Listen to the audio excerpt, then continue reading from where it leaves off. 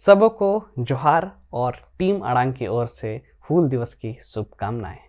आज हम आपके बीच फिर से आए हैं हूल दिवस के अवसर पर परिचर्चा के साथ, और इस परिचर्चा में हम चर्चा करेंगे हूल के बारे में। और आज की चर्चा में हमारे बीच मौजूद हैं गोटा भारत सिधो कान्हू हूलबैसी के पद यात्रा कोऑर्डिनेटर सह आदिवासी राज्य कांग्रेस के प्रदेश अध्यक्ष झारखंड प्रदेश के माननीय डॉक्टर सुशील मरांडी जी। हम लोग आज उनका कार्यक्रम में स्वागत करते हैं और हम अब चर्चा को आगे बढ़ाते हैं यहाँ इनके साथ हूल दिवस को लेकर के, और हूल की पृष्ठभूमि, हूल की बैकग्राउंड को हम लोग समझने का कोशिश करेंगे। हम लोग चर्चा को आगे बढ़ाते हैं और पहला सवाल और ये जो चर्चा का सब्जेक्ट रहेगा वो ये कि जो हूल का शुरुआत हुआ था उसका क्या बैकग्राउंड रहा, और दामिने कोह से लेकर के संथाल परगना का अस्तित्व में आना, इसके पीछे की क्या कहानी थी। हम इस कहानी को जानना चाहेंगे। सबको जोहार। आपका जो प्रश्न था आज के संदर्भ में बहुत ही अच्छा प्रश्न, और परिचर्चा हम आगे बढ़ाने के पहले हम चाहेंगे एक दो शब्द अपने तरफ से कहें। 1855 का जो विद्रोह था, जो संताल विद्रोह के नाम से प्रसिद्ध है, इतिहासकारों ने उनको एक जगह दी है, उनका प्रतिफल दो प्रतिफल हमारे सामने है, जीता जागता। एक तो है वो जो भौगोलिक, यहाँ के भूगोल को एक नया आयाम दिया गया, और 2 जिला को काट करके एक भूभाग, जो उस विद्रोह के अगुवाई में जो लोग थे उनके नाम से एक परगना बना, एक भूभाग बना, एक जिला बना, जिसको संताल परगना के नाम से प्रसिद्ध हुआ। ये एक था। और दूसरा कि यहाँ की जमीन, जो लड़ाई का, विद्रोह का मेन वजह था जमीन, और यहाँ की संस्कृति, इन दोनों का बचाव कैसे हो इसकी व्यवस्था कानूनी रूप में दिया गया 1855 के लड़ाई के तुरंत बाद। तो ये जो 2 चीज़ है ये बहुत ही इम्पोर्टेंट चीज़ है, और इसी के सामने रखते हुए हम आगे की बात बढ़ाना चाहेंगे। जो आपने पूछा कि पृष्ठभूमि क्या रही थी उस वक्त, पूरा पृष्ठभूमि को समझने के लिए थोड़ा बहुत हमको जानना होगा कि ये जो संताल शब्द आया, तो एक जाति आई जो संताल के नाम से जानी जाती है अभी भी। उनका प्रवेश इस एरिया में कैसे हुआ, ये हम थोड़ा सा बहुत शुरू करते हैं। तो मेरे साथ में एक किताब है जो मिस्टर एन कविराज, एक किताब है एन कविराज की लिखी हुई है, उनका फोटो स्टेट है ये। और एन कविराज साहब ने बहुत रिसर्च करके उस वक्त जो एक विशेष कोर्ट बनाया गया था, उस विद्रोह के जो भी पकड़े गए विद्रोही थे उनका न्याय करने के लिए या उनका मुकदमा चलाने के लिए जो विशेष कोर्ट बनाया गया था, और उस दौरान जो कुछ भी उन लोगों ने गवाही दी अपने तरफ से, जो कुछ भी उन्होंने कहा, उनका सीधा अध्ययन करके उन्होंने उस पर आधारित एक ये किताब लिखी है। और मुझे ऐसा लगता है कि आज तक जितनी भी किताबें सामने आई हैं उस विद्रोह को लेकर के, कुछ किताब को छोड़ करके, ये बहुत ही सामयिक और बहुत ही ऑथेंटिक किताब है। इन्हीं को सामने रखते हुए मैं कुछ जो प्रश्न है उसको आगे उत्तर के रूप में आगे बढ़ाता हूँ। तो यहाँ सबसे पहले जो एक अंग्रेज हैं बुकानन हैमिल्टन, 1811 आसपास में उनको कुछ लोग दिखाई दिए जो उनको लगा कि यहाँ के जो ओरिजिनल पहले से रह रहे थे कुछ वासिंदे, आजकल हम उनको पहाड़िया के तौर पर जानते हैं, उनसे वो अलग दिख रहे थे और एक समतल भूमि पर जमीन को बाकायदा आबाद करके खेती लायक बना रहे थे। तो उनको कुछ जिज्ञासा हुई थी, तो उन्होंने नोटिस किया पहली बार 1811 में। उसके बाद थोड़ा दिन के बाद एक अंग्रेज ने फिर नोटिस किया, यहाँ जैसे जिक्र है 1823 में, 1823 से लेकर के 1835 तक संतालों का बहुतायत से आगमन यहाँ हुआ।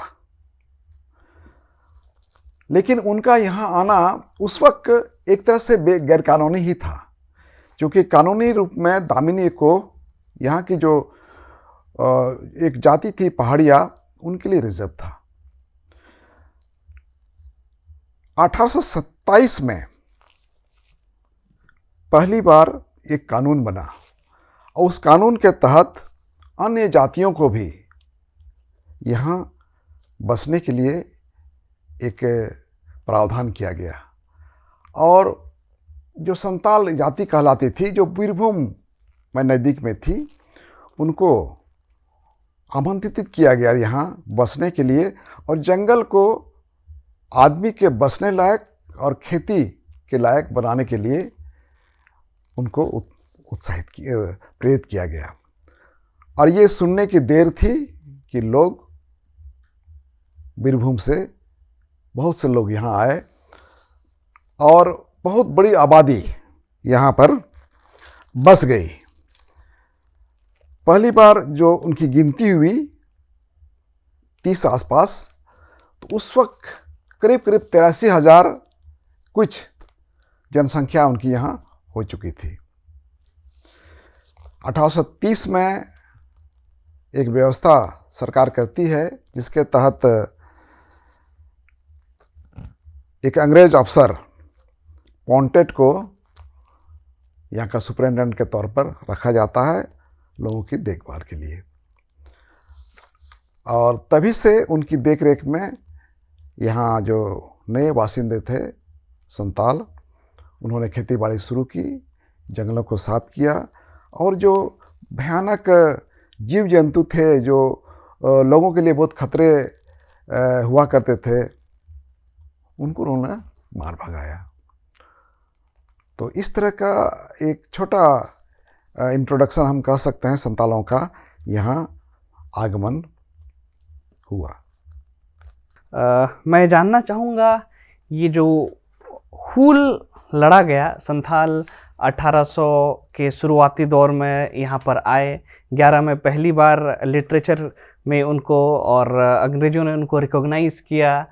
1830 के बाद उनका आगमन यहाँ पर बड़े रूप से हुआ बीरभूम से, और उसके बाद वो यहाँ बसे, इस जगह को रहने लायक बनाया, यहाँ की मिट्टी को उन्होंने सींचा, खेतों में बदला और ये वो यहाँ आकर के बसे।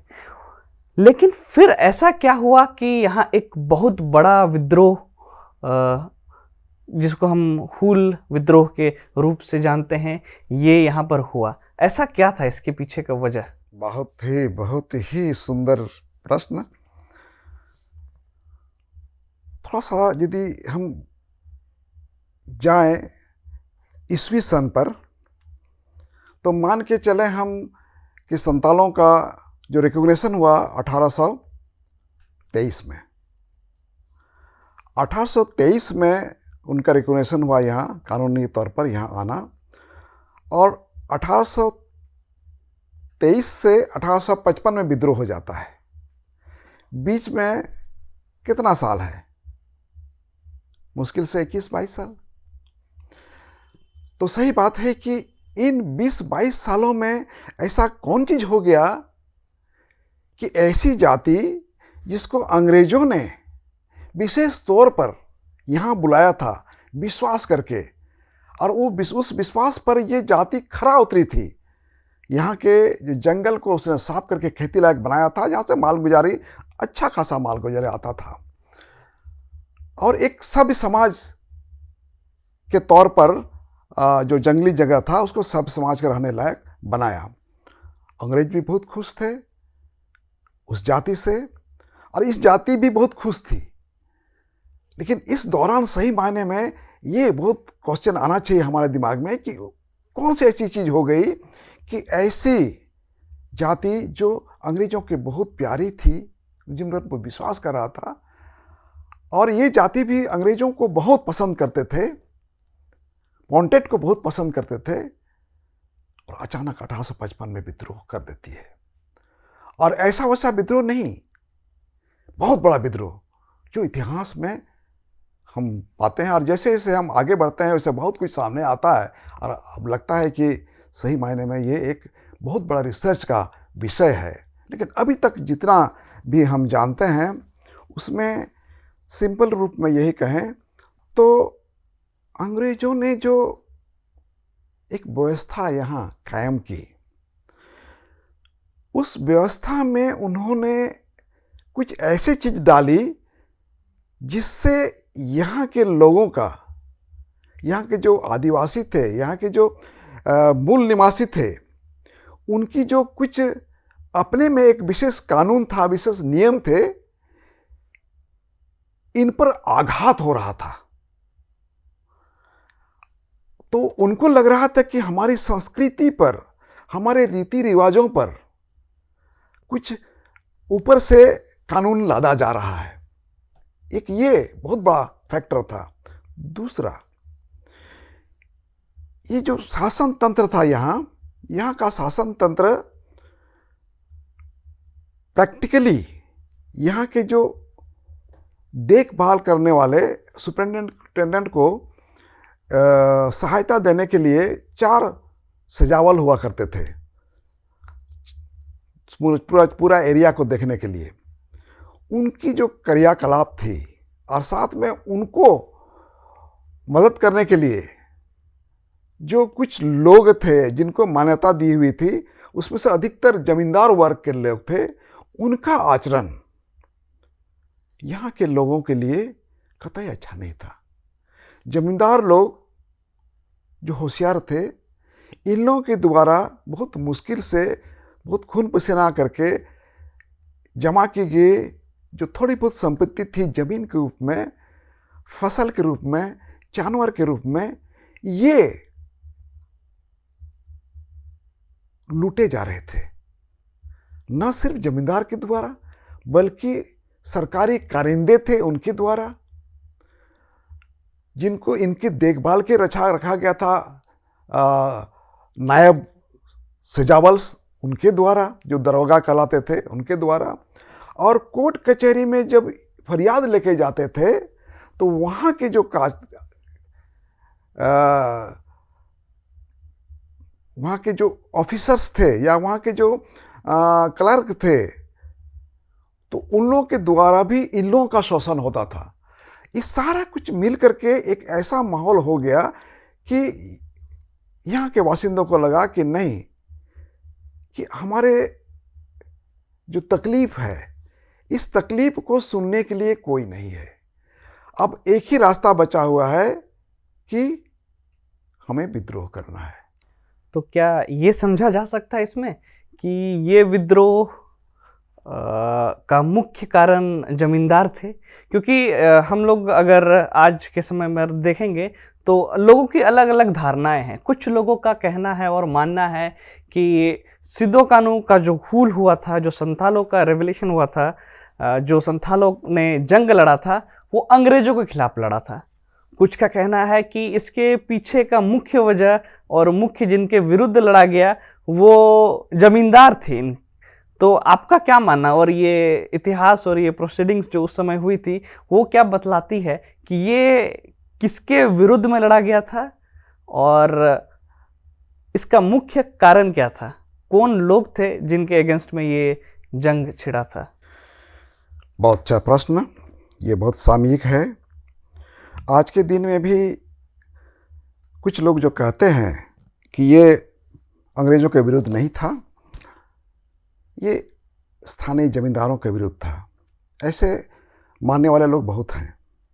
भले ही उनकी मंशा सही मायने में अच्छी ही हो, लेकिन मैसेज जो जाता है वो गलत मैसेज जाता है। ये हमारा जो सामने एक जो पुस्तक है जिसका मैंने पहले जिक्र किया एन के युवराज साहब का, उन्होंने जो एक हवाला दिया है, तो उनका कहना है कि ये चीज़ जो है ना, ये उस वक्त जो अंग्रेज़ थे उन्होंने एक ऑफिशियल एक रिपोर्ट जो लोगों के सामने रखा, जो उस वक्त कलकत्ता रिव्यू में प्रकाशित हुआ था उस वक्त, और वो ये दिखाता था, ये दिखाने की कोशिश किया उन्होंने कि ये अंग्रेज़ों के विरुद्ध में नहीं था, ये लोकल महाजन थे उनके विरुद्ध था। ये उस वक्त के अंग्रेज़ों की ये मंशा थी कि इसको उनके विरुद्ध में है ऐसा ना दिखा करके दिखाया जाए कि लोकल महाजन के विरुद्ध था, जो ऐसा कतई नहीं था। यह हवाला से हम देख सकते हैं। और ये बिडवेल साहब थे जिन्होंने एक लेख लिखा था। बिडवेल साहब जो उस वक्त के इंक्वायरी कमिश्नर हुआ करते थे, उन्होंने लिखा था पहली बार। उसने कोशिश यही की थी कि आने वाली पीढ़ी ये समझे कि महाजन के विरुद्ध में है ये। तो ये ऑफिशियल्स का चलाया हुआ शिगुफा है जो अभी तक हमारा पीछा नहीं छोड़ती है। इनका प्रूफ के लिए उसी को आगे बढ़ाया हॉलिडे साहब ने भी, सेम चीज़ का, चूँकि ये अंग्रेज़ के ऑफिसर हुआ करते थे। और आगे कुछ मिशनरी थे, उन्होंने भी इसी को आगे बढ़ाया। यहाँ तक कि यहाँ के लोकल वाले कुछ लोग थे, उन्होंने भी कुछ इसी कहा, क्योंकि वो भी उनके प्रभाव में थे। लेकिन जब हम आगे देखते हैं रिसर्च पेपर में, यहाँ कुछ ये चीज़ है सामने है, कुछ नाम है जिन्होंने उस वक्त ये गवाही दी, जो अभी भी हम कागजात में देख सकते हैं, डॉक्यूमेंटेड है। उसमें एक शेख शेरू है, उसका नाम आता है। ये गवर्नमेंट के, उस वक्त के गवर्नमेंट के खुफिया के विशेष पदाधिकारी हुआ करते थे।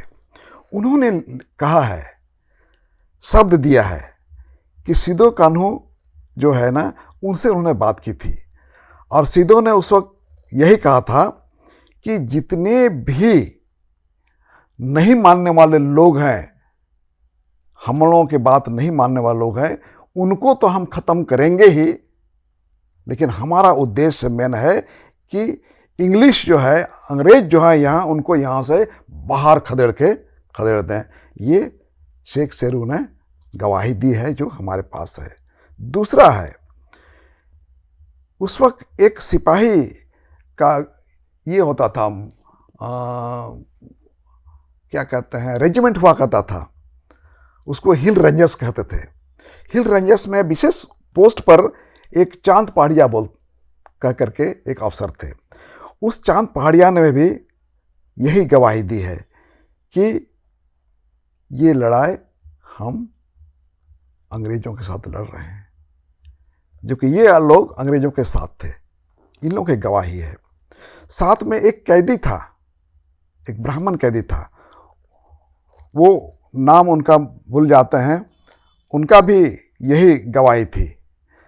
साथ में ईडन जो असिस्टेंट मजिस्ट्रेट हुआ करते थे सरकार के तरफ से, उन्होंने भी स्वीकार किया था कि ये अंग्रेज़ों के विरुद्ध है, ये प्रशासन के विरुद्ध है। मुगडे, ये भी एक अंग्रेजी अफसर थे, उन्होंने भी गवाही दी है। तो इन लोगों का जो गवाही है और जो प्रोसीडिंग्स चला, ये अपने आप में साबित करने के लिए काफ़ी है कि ये लड़ाई अंग्रेज़ों के विरुद्ध था।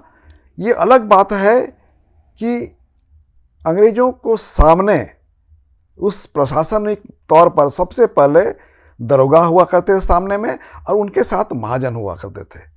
तो सबसे पहले जो विद्रोह शुरू होने के पहले जो मारा गया वो मानिक मोदी जो महाजन थे, जो कान्हू ने उनको मारा पंचकठिया पर, और साथ में जो वहाँ महेशलाल दत्त दरोगा थे उनको मारा।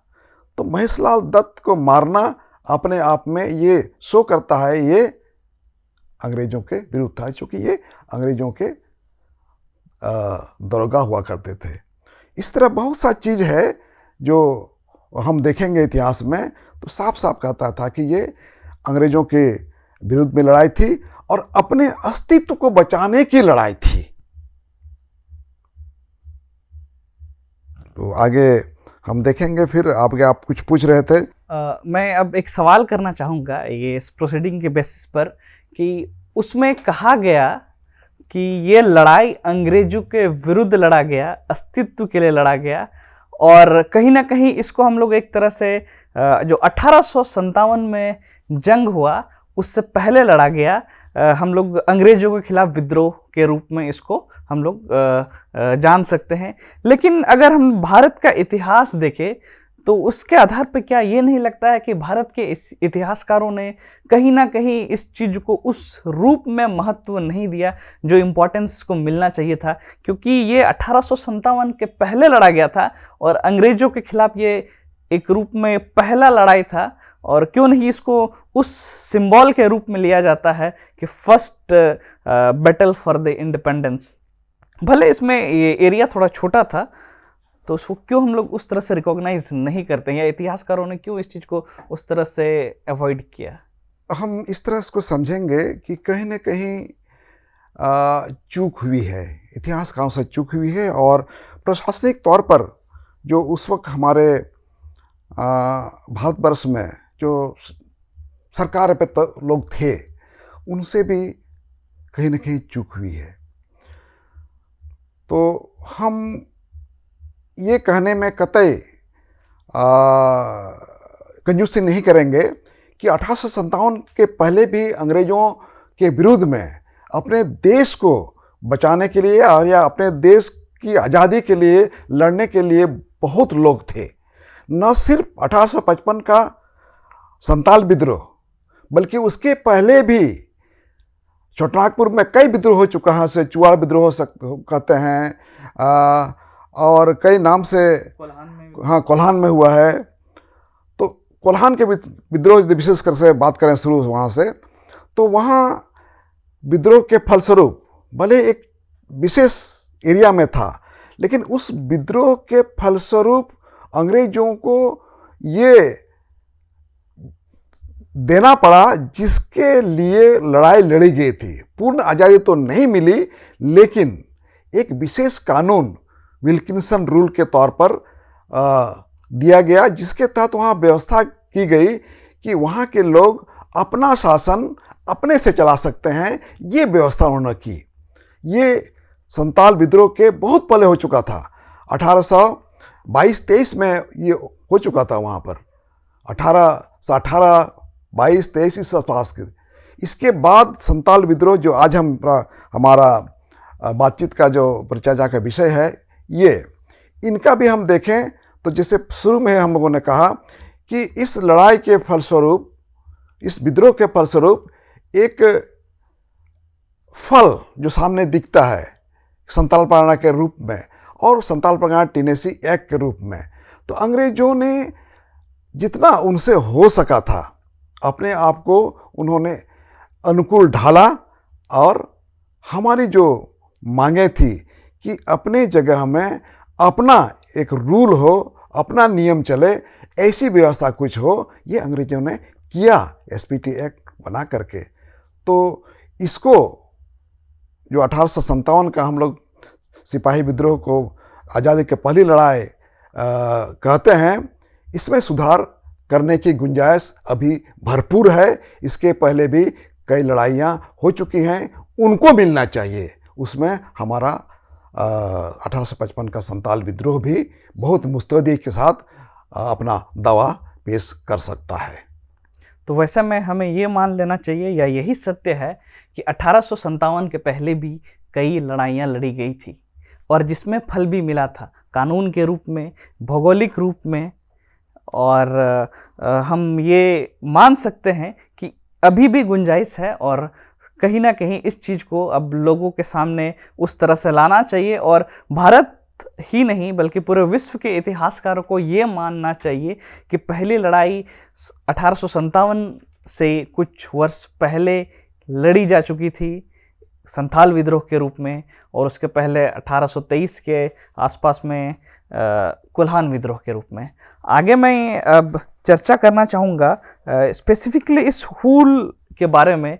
सिद्धो कान्हू, चांद भैरव और जो ये संथाल परगना का क्षेत्र है, इसमें जो लड़ाई लड़ी गई थी, इसके विषय में हम लोग जानना चाहेंगे कि ये किस तरह लड़ा गया था और उस समय क्या क्या चीज़ हुआ जो लोगों के सामने अभी तक उस रूप से नहीं आया है। हम लोग उस विषय पर थोड़ा चर्चा करना चाहेंगे। देखिए जयंत जी, सही बात है कि जितना इस विद्रोह 1855 के विद्रोह में परिचर्चा होनी चाहिए थी और जितना रिसर्च होना चाहिए था और जिन लोगों को रिसर्च करना चाहिए था, उन्होंने नहीं की और उतना हुआ भी नहीं। अभी थोड़ा बहुत जो इधर उधर से कलेक्ट करके हम लोग कोशिश कर रहे हैं सामने कुछ आए तो हम लोगों का ये परिचर्या समझेंगे कि काफ़ी फलदायक है। सिद्धो कान्हू के अलावा भी सिद्धो कान्हू, चांद भैरव, इसका नाम तो हम लोग बहुत सुनते हैं और बहुत चर्चित है और अधिकतर बहुत लोग जानते हैं सामने। इसके अलावा भी कई नाम हैं जो यहाँ हम देख सकते हैं। जैसे बहुत प्रोमिनेंट नाम है अर्जुन मांझी। ये हजारीबाग जिला के हुआ करते थे।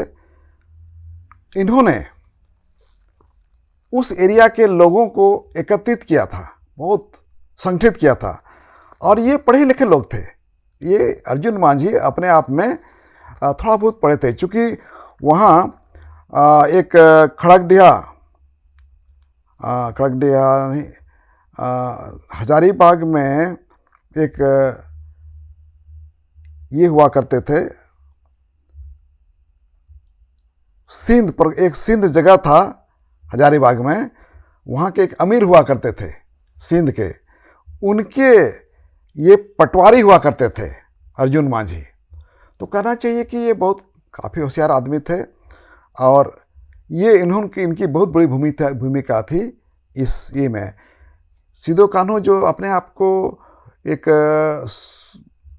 राजा के रूप में उन्होंने स्थापित किया था, ये अभी के संदर्भ में कहें तो एक मंत्री के रूप में अर्जुन मांझी थे जो हजारीबाग के थे।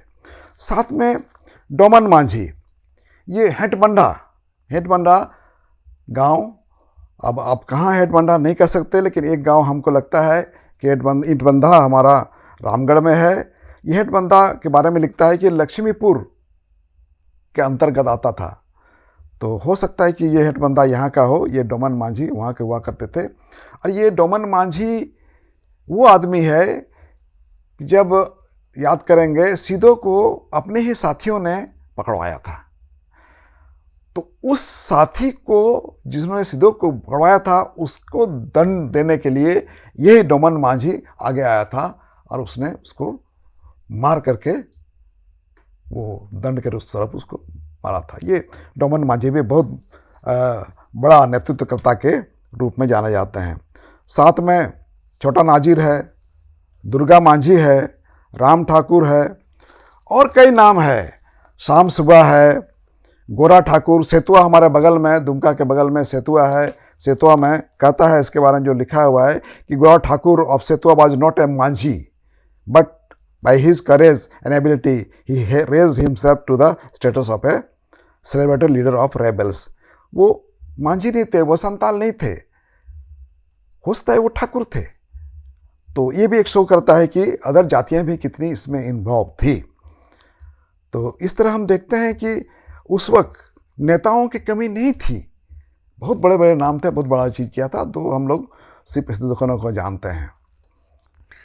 सिद्धो कान्हू को हम लोग एक नौजवान नेता के रूप में जानते हैं। उस समय जो जंग लड़ा गया था उसमें नौजवानों की बहुत बड़ी भूमिका रही थी।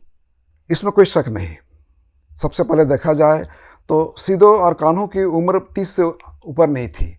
ये अपने आप में नौजवान थे और फ्रंट लाइन जो भी थे सिपाही के तौर पर अधिकतर नौजवान थे, जिनका नाम बहुत कम सामने आया है लड़ाई में, क्योंकि वो अंग्रेज़ों के द्वारा जो बंदी बनाए जाते थे और बंदी बनाने के बाद जो ट्रायल चलता था, कचहरी चलते थे, वो एक तरह से तमाशा हुआ करता था, क्योंकि उनको पहले से मालूम था कि इनको कौन सी सज़ा देनी है। यहाँ तक कि जब नाम लिखाया जाता था तो नाम के साथ टाइटल भी नहीं लिखाया जाता था, ना उनके बाबूजी का नाम लिखाया जाता था, ना गांव का नाम लिखाया जाता था, सिर्फ नाम लिखाया जाता था। इसलिए अब सामने नहीं आ रहा है कि किसकी क्या उम्र थी और वो आदमी कहाँ का था, क्योंकि डॉक्यूमेंट हमारे सामने सिर्फ जो कोर्ट का डॉक्यूमेंट है वही ऑथेंटिक डॉक्यूमेंट है, जो बहुत क्लियर नहीं है। तो कुछ फिर भी कुछ नाम है ऐसा, जैसे लखन मांझी।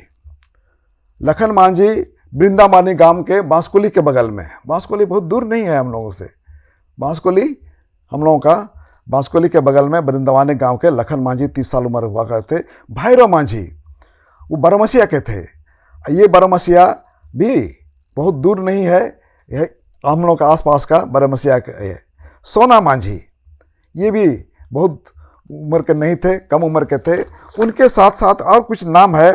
चामू संताल जो 26 साल उम्र थी, और वो एक परगनेट के बेटे थे, सन ऑफ द परगनेट। और उन्होंने एक महाजन थे, बहुत ही क्रूर महाजन थे, गुंडू रॉय, उनको साफ करने में उनका हाथ था। तो इस तरह हम देखते हैं कि कुछ नाम सामने आए जवानों का, लेकिन सही मायने में कहा जाए तो लड़ाई के फ्रंट में नौजवान ही थे, क्योंकि सिदो कान्हू ने जो कॉल दिया था, जो पुकार दी थी, उस पर यही था कि हर एक गांव से मांझी 5 नौजवानों को लड़ाई के मैदान में भेजेंगे। तो निश्चित तौर पर ये समझा जा सकता है कि जो भी लड़ाई में आए थे वो सब नौजवान ही थे। इसलिए ये जो संताल परगना बना और ये एसपीटी एक्ट बना, ये नौजवानों की देन है, इसमें मानने में कोई दो मत नहीं है। डॉक्टर साहब, मैं जानना चाहूँगा, ये जो जंग लड़ा गया इसमें हजारीबाग से भी कुछ लोगों का सहयोग रहा, और बहुत जगह से लोगों का सहयोग रहा, और हमें एक फल के रूप में संथाल परगना देखने को मिलता है। जब हम लोग इन सब बातों की चर्चा कर रहे हैं तो क्या आप ये बता सकते हैं उस समय जो लड़ाई का स्ट्रेटजी उन लोगों ने प्लान किया था, अभी का रिकॉर्ड के अनुसार क्या उन लोगों का प्लान था? कहाँ तक लड़ना है, कहाँ तक जीतना है?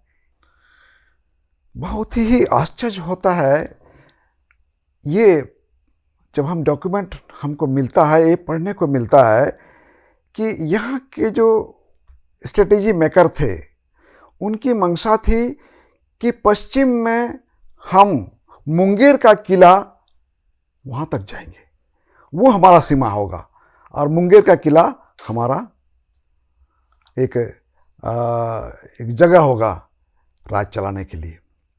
पूरब में सिंगूर तक का उन्होंने सपना देखा था, और अभी भी वो है डॉक्यूमेंट में कि वहाँ लड़ाई लड़ी गई थी। और साथ में यदि हम देखें तो गंगा तक में, उत्तर में गंगा, और दक्षिण में कहा जाए जामतड़ा पार करके, न सिर्फ जामतड़ा पार करके बल्कि संताल एरिया जहाँ जहाँ भी है, पुरुलिया से आगे तक उन लोगों ने सोचा था कि इतना दूर तक लड़ाई वहाँ तक हुई भी थी। और ओरिजिनली जो नक्शा बना था, अंग्रेजों ने जो नक्शा बनाया था संताल परगना का, वो सिंगूर से शुरू होकर के गंगा नदी होते हुए मुंगेर होते हुए दक्षिण में पुरुलिया तक जाती है ओरिजिनल नक्शा। ये बाद में काटते काटते आज का जो संताल परगना है वो पहले का मुकाबले में 1/4 से भी। तो हम लोग ये समझ सकते हैं कि उस समय उन लोगों का क्या स्ट्रैटेजी रहा और कितने बड़े एरिया के साथ ये प्लान किया गया था। लेकिन हमें फल के रूप में सिर्फ संथाल परगना मिला, तो इसको क्या हार के रूप में लिया जाए या जीत के रूप में लिया जाए? और एक चीज़ चर्चा का विषय रहेगा कि बहुत सारे डॉक्यूमेंट में ये कहा गया है कि दे लॉस्ट, वो हार गए। और अभी के दौर में हम लोग कहीं ना कहीं इस चीज़ को एक जीत के रूप में देखते हैं।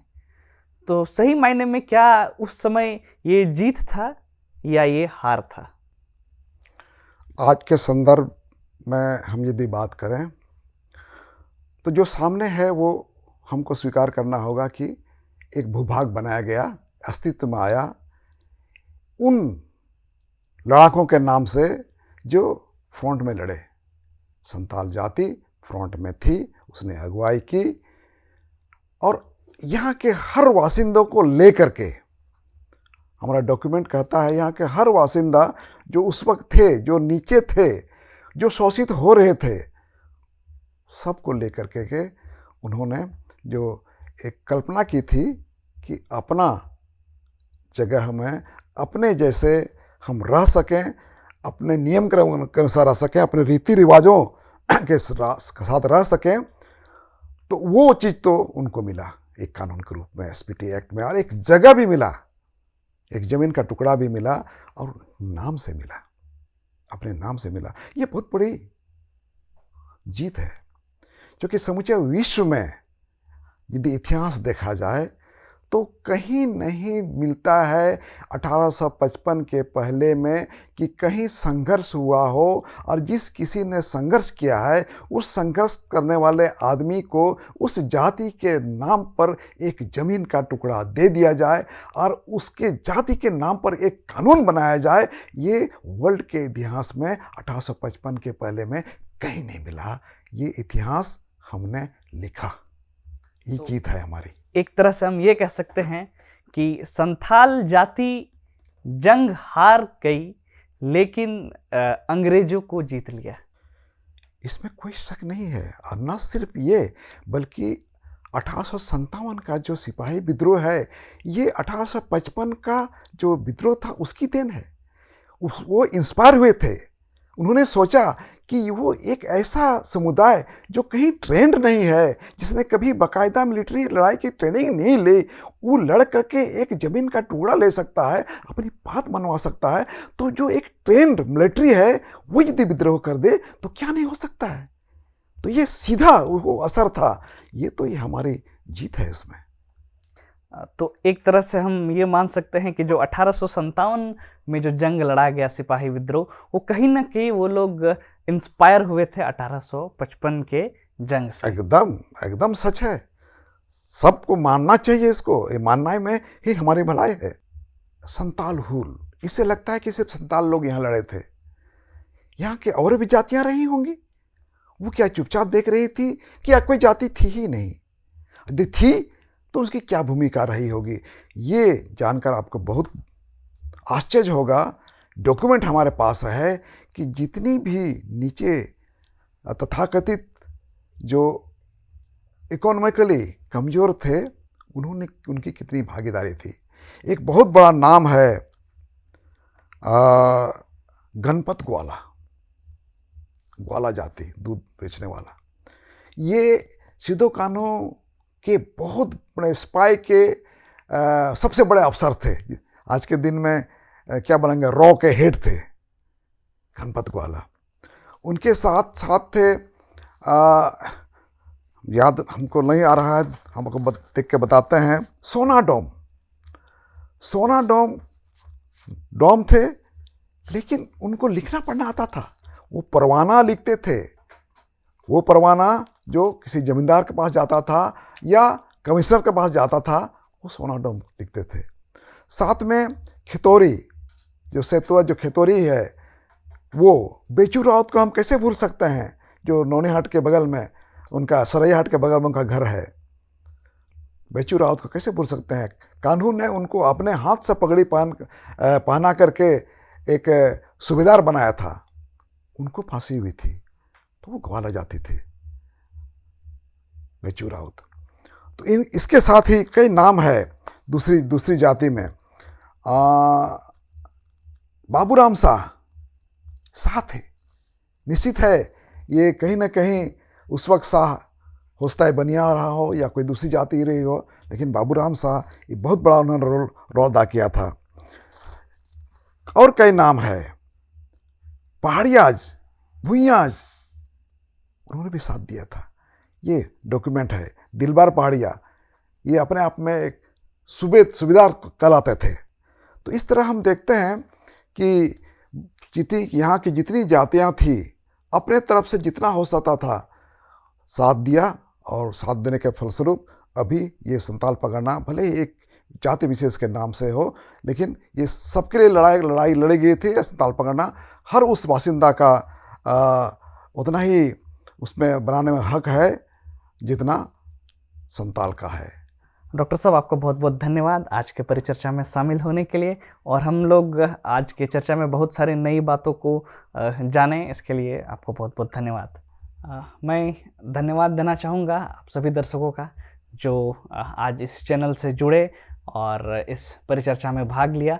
आप सबों को टीम आड़ंग की ओर से हूल जोहार, और मैं आप सबों को शुभकामनाएं देना चाहूँगा हूल दिवस का और ये पद यात्रा का जो हर साल ऑर्गेनाइज किया जाता है। और इस तरह बहुत सारे मुद्दे हैं हूल से जुड़े हुए, हूल संग्राम के पहले और हूल संग्राम के बाद का, इन सब चीज़ों को हम लोग इस चैनल के माध्यम से समझने का प्रयास करेंगे।